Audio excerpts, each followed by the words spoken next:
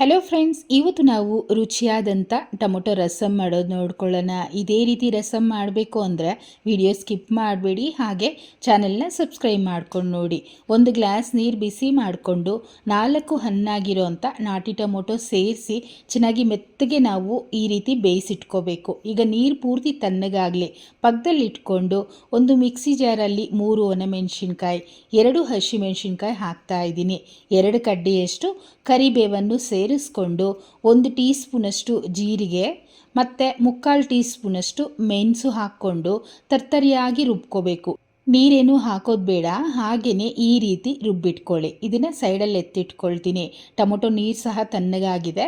ಈಗ ಟೊಮೊಟೊ ಮೇಲಿರೋಂಥ ಸಿಪ್ಪೆನ ನೀಟಾಗಿ ಬಿಡಿಸ್ಕೋಬೇಕು. ನೋಡಿ, ಇದು ಸಿಪ್ಪೆ ಇತ್ತು ಅಂದರೆ ಅನ್ನ ತಿನ್ನೋವಾಗ ನಮಗೆ ಬಾಯಿಗೆ ಸಿಗ್ತಾ ಇರುತ್ತೆ. ಅದರಿಂದ ಸಪ್ರೇಟ್ ಮಾಡಿಬಿಟ್ಟು ಕೈಯಲ್ಲೇ ಚೆನ್ನಾಗಿ ಕಿವುಚೋಂಗಿದ್ರು ಕಿವುಚ್ಬೋದು, ಅಥವಾ ಒಂದು ಮ್ಯಾಶರ್ ತಗೊಂಡು ಚೆನ್ನಾಗಿ ಮ್ಯಾಶ್ ಮಾಡ್ಕೊಳ್ತೀನಿ ಅಂದರೂ ಮಾಡ್ಕೋಬೋದು.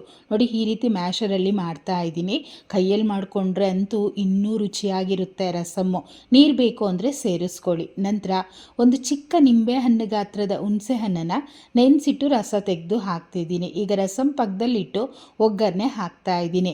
ಪ್ಯಾನಲ್ಲಿ 1 ಸ್ಪೂನಷ್ಟು ತುಪ್ಪ, ಸಾಸಿವೆ ಮತ್ತು ಚಿಟಿಕೆಯಷ್ಟು ಹಿಂಗು ಇಷ್ಟನ್ನು ಹಾಕ್ಬಿಟ್ಟು ನಂತರ 1 ಗಡ್ಡೆಯಷ್ಟು ಬೆಳ್ಳುಳ್ಳಿನ ಲೈಟಾಗಿ ಜಜ್ಜಿಕೊಂಡು ಹಾಕ್ಕೊಂಡಿದ್ದೀನಿ. ಇದು ಚೆನ್ನಾಗಿ ಕೆಂಪಗಾಗೋವರೆಗೂ ಫ್ರೈ ಮಾಡ್ಕೊಳ್ಳಿ.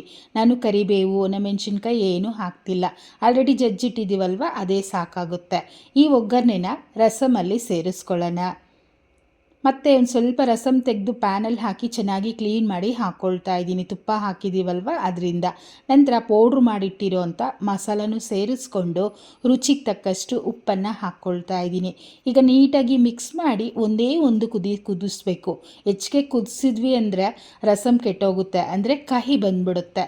ನೋಡಿ, ಮೀಡಿಯಮ್ ಫ್ಲೇಮಲ್ಲಿ ಈ ರೀತಿ ಕುದಿಸ್ಕೊಂಡ್ರೆ ಸಾಕು. ಘಮ ಘಮ ಅಂತ ಇದೆ ಮನೆ ಪೂರ್ತಿ, ಅಷ್ಟು ಚೆನ್ನಾಗಿದೆ ರಸಮ್ ಅಂತೂ. ಒಂದು ಸ್ವಲ್ಪ ಕೊತ್ತಂಬರಿ ಸೊಪ್ಪನ್ನು ಹಾಕಿ ಮಿಕ್ಸ್ ಮಾಡ್ಕೊಂಬಿಡಿ. ರುಚಿಯಾದಂಥ ರಸಮನ್ನು ಟ್ರೈ ಮಾಡಿ ನೋಡಿ.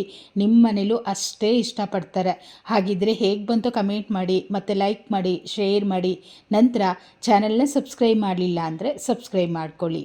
Thank you.